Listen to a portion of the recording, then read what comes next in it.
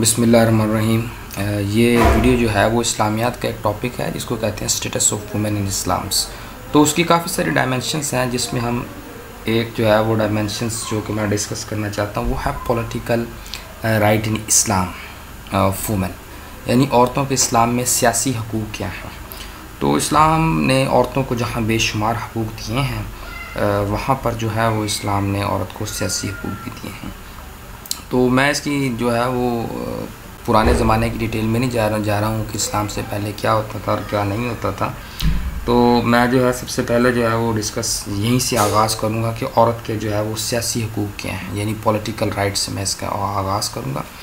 सबसे पहले जो हेडिंग्स मैं जो कह रहा हूँ वो ये है कि औरत का रियासती किरदार। तो इस्लाम में औरत का किरदार जो है वो सिर्फ ख़ानदान या मुआशरे तक ही महदूद नहीं, बल्कि अहलियत की बुनियाद पर औरत को रियासती सतह पर भी किरदार दिया गया है। कुरान हकीम में मुस्लिम मुआशरे में ज़िम्मेदारियों का तयन करते हुए मर्द व ख़वातीन दोनों को बराबर अहमियत दी गई है।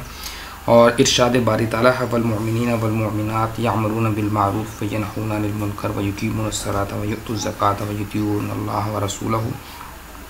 और अहले ईमान मर्द और अहले ईमान औरतें एक दूसरे के रफ़ीक व मददगार हैं। तो वो अच्छी बातों का हुक्म देते हैं और बुरी बातों से रोकते हैं, नमाज कायम रखते हैं, ज़कात कायम रखते हैं और अल्लाह और उसके रसूल की इताअत करते हैं।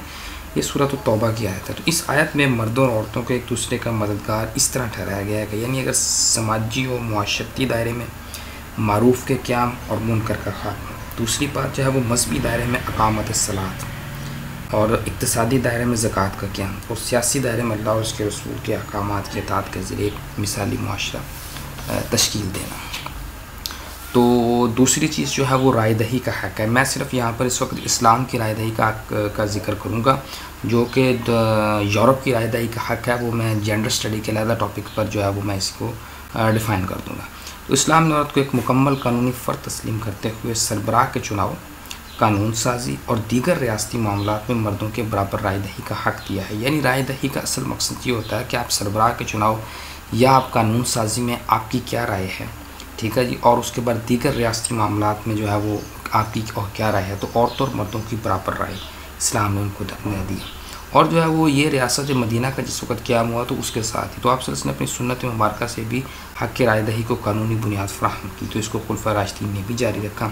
तो सरकार दो आलम सल्लल्लाहु अलैहि वसल्लम जिस तरह जो है वो मर्दों से इस्लाम में आने की बैत लिया करते थे, इस तरह औरतों से भी लिया करते। तो इरशाद बारी ताला के ऐ नबी, जब आपके पास ईमान वाली औरतें हाजिर हों तो आप इनसे बैत ले लिया करें, इस पर कि वो अल्लाह के साथ किसी चीज़ को शरीक न ठहराएंगी और ना चोरी करेंगी और ना बदकारी करेंगी और ना अपनी औलाद को कत्ल करेंगी और ना कोई बहतान घड़ कर लाएंगी और अपने हाथ और पाँव के दरमियान दस्तूर के मुताबिक किसी काम में आपकी नाफरमानी ना करेंगी, तो इन्हें बैत फरमा लिए करें और इनके लिए अल्लाह से इस्तग़फ़ार फरमाइए। सूरतुल मुम्तहना की आयत है। और इसके बाद हज़रत मसूद बिन मुखरमा से मरवी है कि जब हज़रत उमर रज़ी अल्लाह तआला ने अपने जानशीन के इंतखाब के लिए 6 रुकनी कमेटी तश्कील दी, तो हज़रत अब्दुर्रहमान बिन औफ़ को जो है वो चीफ़ इलेक्शन कमिश्नर जो है वो कायम किया और उन्होंने 3 दिन घर घर जाकर जो है वो हर किसी की राय ली। तो उसमें औरतें भी शामिल थी, यानी रायदही का हक़। तो फिर उनके बाद जो है वो हज़रत उस्मान का इंतखाब किया गया। तो अब इसके बाद चलते हैं पार्लियामेंट में नुमाइंदगी। पार्लियामेंट को अरबी में जो है वो खालिस उर्दू अरबी में कहते हैं, खालिस उर्दू में जो है वो मकरना कहते हैं। तो हज़रत उमर रज़ी अल्लाह के निज़ाम खिलाफत की तफासिल से वाज़िह होता है कि आप मजलिस शूरा में ख़वातीन को भी नुमाइंदगी हासिल थी। तो एक मौके पर आप जब इस वक्त मजलिस शूरा से औरतों के महर की मिकदार मुतय्यन करने पर राय ली, तो मजलिस शूरा में मौजूद एक औरत ने कहा कि आपको इसका हक़ और इख्तियार नहीं है, क्योंकि अल्लाह ताला ने जो है वो इरशाद बारी ताला है व इन अरदतुम इस्तब्दाला ज़ौजन मकानन ज़ौजा व आतैतुम इहदाहुन्ना किंतारन। उसके बाद है जी अफ़ला खुज़ू मिन्हु शय्यन। तो अगर तुम बीवी के बदले दूसरी बीवी बदलना चाहो और तुम उसे ढेरों माल दे चुके हो, तब भी उसमें से कुछ वापस मत लो। क्या तुम जुल्म व दहशत के ज़रिए और खुला गुनाह करके वो माल लोगे? तो इस पर हज़रत उमर ने अपनी तजवीज़ वापस की और फरमाया कि अमर हसाबत वर्जुल अख़ता, जो है औरत ने सही बात की और मर्द यानी उमर ने गलती की। उसके बाद है औरत बतौर सियासी मशीर। सियासी मशीर से मुराद होता है कि राय लेना, मशवरा लेना, ठीक है जी, आप मशवरा ले लेते हैं। तो इस्लाम से कबल औरत को किसी चीज़ की अहल ना समझा जाता, तो इस्लाम ने इसे हर तरह की इज़्ज़त दी। आगाज़ नबूवत में हज़रत खदीजा इसकी बेहतरीन मिसाल है। और उसके बाद एक मरतबा हज़रत उमर फ़ारूक गली में गश्त कर रहे, तो आपने एक औरत के जो है वो अशार सुने, वो अपने खामों की जुदाई का ज़िक्र कर रही थी जबकि उसका शौहर जो है वो जिहाद पर गया, तो आपने सुना, तो आप उसी वक्त घर आए और आपने जो है वो उम्मतुल मोमिनीन जो है हज़रत हिफ्सा से पूछा, मशावरत की कि एक औरत अपने मर्द के बगैर जो है वो कितना अरसा रह सकती, तो आपने कहा 4 महीने। तो फिर उस वक्त ये ला बन गया कि कोई मर्द जो है वो जिहाद पर 4 माह से ज़्यादा नहीं रह सकता। तो यहाँ से ये बात साबित होती है कि औरतों से भी मशावरत ली जाती थी। उसके बाद जो है वो एडमिनिस्ट्रेशन ज़िम्मेदारियों, इंतज़ामी ज़िम्मेदारियों पर तकर्री का हक़, यानी एडमिनिस्ट्रेशन पर जो है वो अपॉइंटमेंट्स।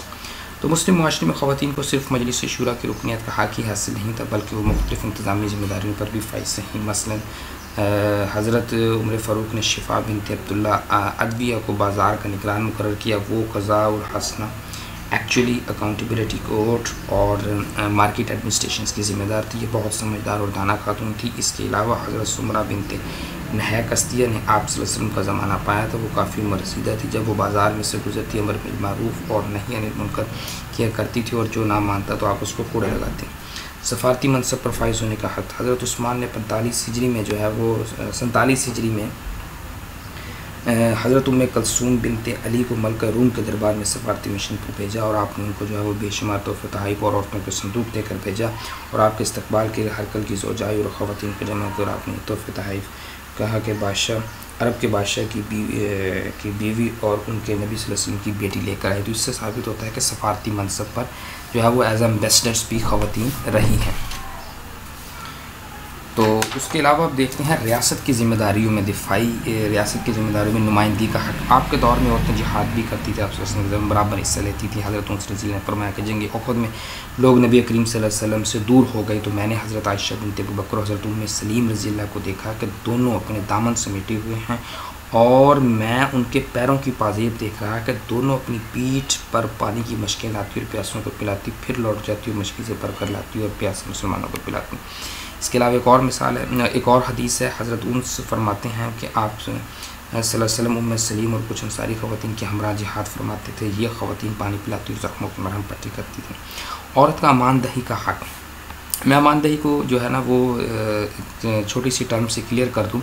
अमानदही का मतलब होता है कि किसी शख्स की कहना कि ये इस शख्स की अमान में है तो दूसरा उसको कुछ नहीं कर सकता। जैसे कि खैबर पख्तूनख्वा के इलाके में अगर कोई किसी का मेहमान बन कर जाए, वो हो सकता है किसी दूसरे आदमी का दुश्मन हो, लेकिन अगर वो शख्स कह दे कि यार ये जो है वो मेरा मेहमान है, ये मेरी अमान में है, तो किसी को हक़ नहीं पहुँचता कि वो जो है ना उस पर हमला कर सकें। वो अगर अपनी अमान से इजाज़त दे तो जो है वो रियासत भी जो है ना वो उस पर अमल दरामद कर सकती थी। तो इसी तरह इस्लाम में जो है वो औरतों को भी अमानदही का हक़ दिया गया है।